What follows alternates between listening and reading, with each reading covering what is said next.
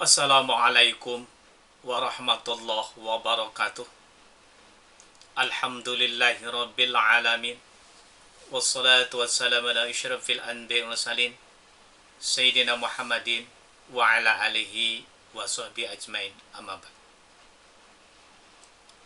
Islam merupakan agama yang sangat memperhatikan setiap aktivitas manusia, baik yang bersifat primer maupun sekunder. Di antara aktivitas primer yang diperhatikan oleh Islam, salah satunya adalah masalah makan. Islam mengatur mana makanan yang haram dan mana makanan yang halal. Perintah tersebut sebagaimana termaktub dalam Al-Quran surat Al-Baqarah ayat 168. Hai sekalian manusia, makanlah yang halal lagi baik dari apa yang terdapat di bumi, dan janganlah kamu mengikuti langkah-langkah syaitan, karena sesungguhnya syaitan itu adalah musuh yang nyata bagimu. Perintah dan anjuran agama yang berkaitan dengan makan tentunya tidak hanya disuarakan dalam Al-Quran saja.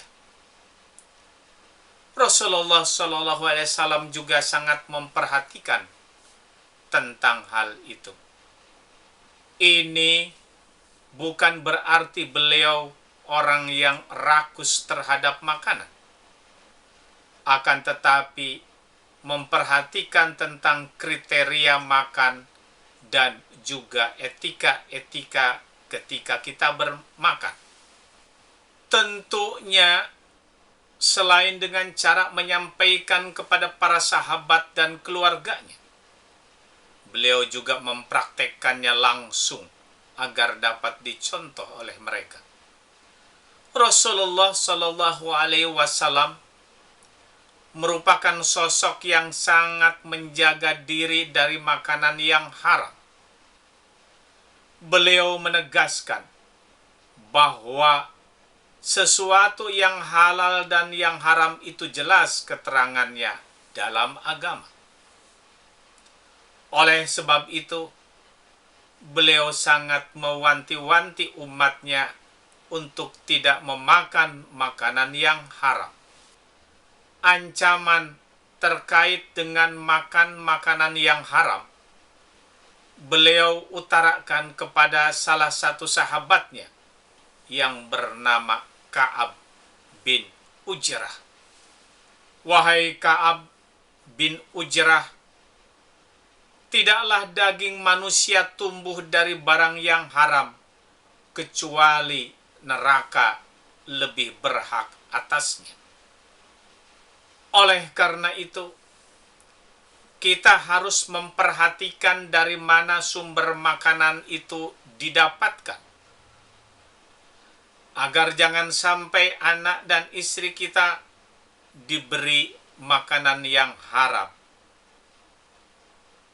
Apakah dari hasil judi, mencuri, menipu, rentenir, maling berdasi, bahasa kerennya korupsi. Ini akan berpengaruh banyak kepada anak dan istri kita.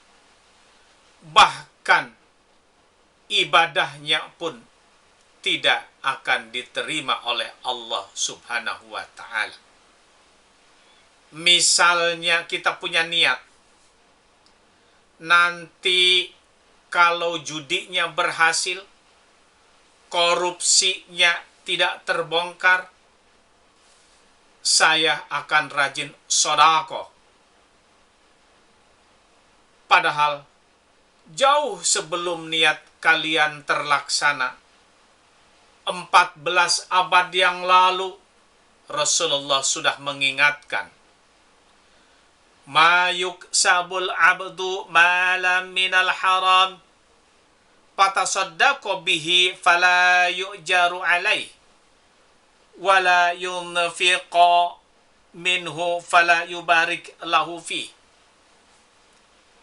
Tidak ada seorang pun yang mendapatkan harta dari jalan yang haram, lantas ia bersedekah dengannya, maka tidak akan mendapatkan pahala.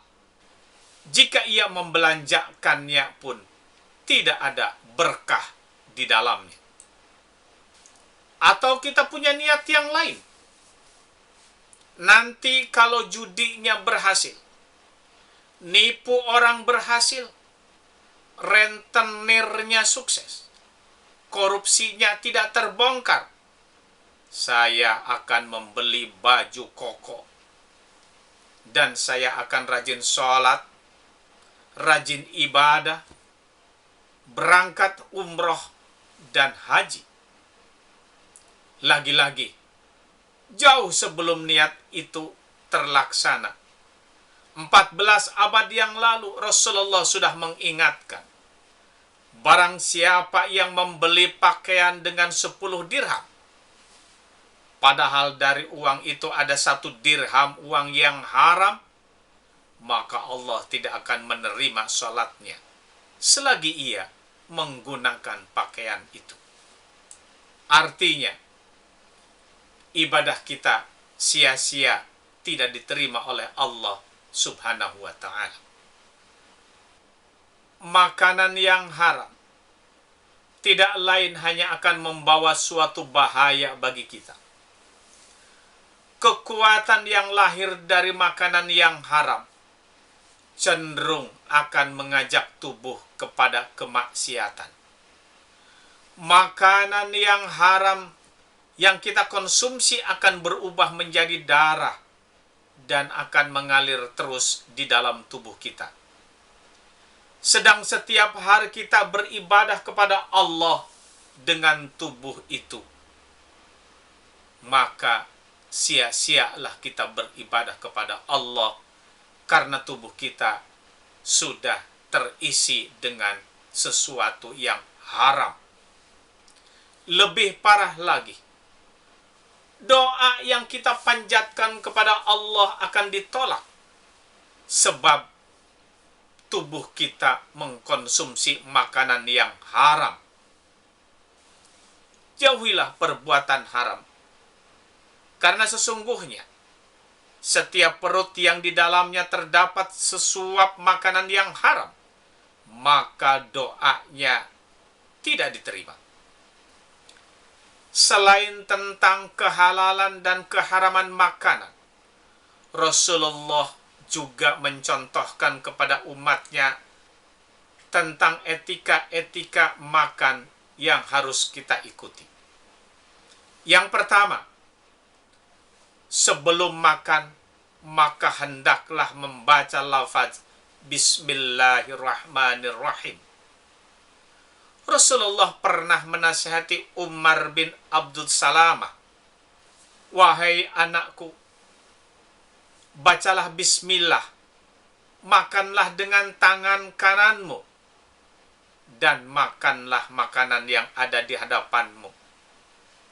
Maka seperti itulah gaya makanku setelah itu. Yang kedua, disunahkan untuk memakan makanan yang ada di depan atau dekat dengan kita terlebih dahulu. Hal ini tentunya merupakan bagian dari adab ketika sedang makan bersama, sehingga tidak mengganggu orang lain yang sedang makan. Yang ketiga, disunahkan untuk makan dengan tangan kita. Yang keempat, jangan makan berlebihan. Berlebihan di sini diantaranya adalah makan dengan porsi yang banyak.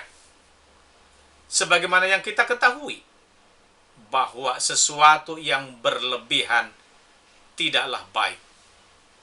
Rasulullah Shallallahu Alaihi Wasallam mengajarkan kepada kita agar perut kita porsinya dibagi 3. sepertiga makanan, sepertiga air, dan sepertiga udara. Rasulullah bersabda, sahabat Al-Miqdad mengisahkan, aku pernah mendengar Rasulullah Shallallahu Alaihi Wasallam bersabda, tidaklah seorang anak Adam memenuhi suatu kantung yang lebih buruk dibanding perutnya. Bila tidak ada pilihan, maka cukuplah baginya sepertiga dari perutnya untuk makanan, sepertiga lainnya untuk minum, dan sepertiga lainnya untuk napasnya. Makan yang berlebih akan berpengaruh negatif kepada tubuh kita. Selain itu akan membuat kita malas untuk bergerak. Rasulullah pernah bersabda, dari Amru bin Su'aib dari ayahnya, dari kakeknya, dia berkata, Rasulullah Shallallahu Alaihi Wasallam bersabda, makan dan minumlah, bersedekah dan berpakaianlah kalian dengan tidak berlebih-lebihan atau kesombongan. Yang kelima, tidak mencela makanan. Adab dan etika yang diajarkan Rasulullah kepada kita adalah tidak mencela makanan apabila kita tidak menyukainya. Mencela makanan akan berujung merasa tersinggungnya orang yang memberikan makan atau yang memasak makanan itu sendiri.